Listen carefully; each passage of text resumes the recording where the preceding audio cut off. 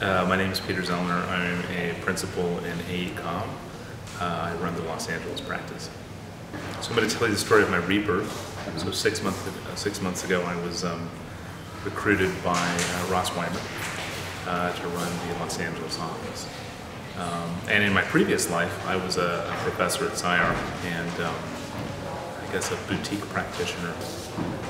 In my new life, I operate within a 44,000 person global infrastructure company. You want to come join us? Okay, we're just going to add to the madness here. We can do a double video. I'm Monchaux. I teach architecture and design at Berkeley and I have a practice in Ireland. I thought about my journey this morning today when I ended up in Venice because I grew up originally in Sydney on the water taking ferry boats, and my life's ambition before I became an architect was to be one of the guys on the ferry boat who ties it up to the dock, because you got to be outside all day and you got to tie knots and you got to be on the water, which were two things I really adored. When I came to Venice many years later as an architect, ended up hanging out with the guys who do it here. That's pretty good. As good a job as I had ever imagined. An architect was a close second.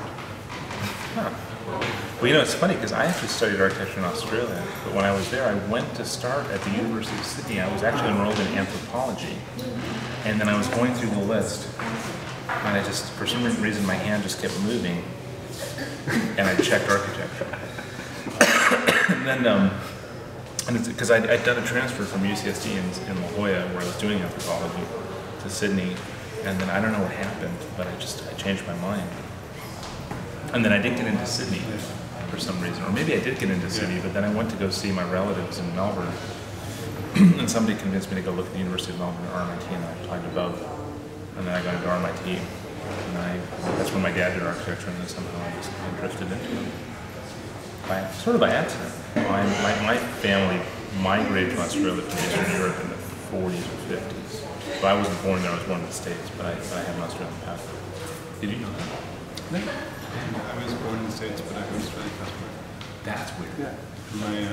My dad studied at the University of Sydney. Really? Yeah, but having never lived in Australia before then, he was an Australian citizen that grew up all over the world. But he went to high school at Stuyvesant and then ended up couldn't afford to go to college in the States. So he went to Australia? Yeah. That's fascinating. Yeah.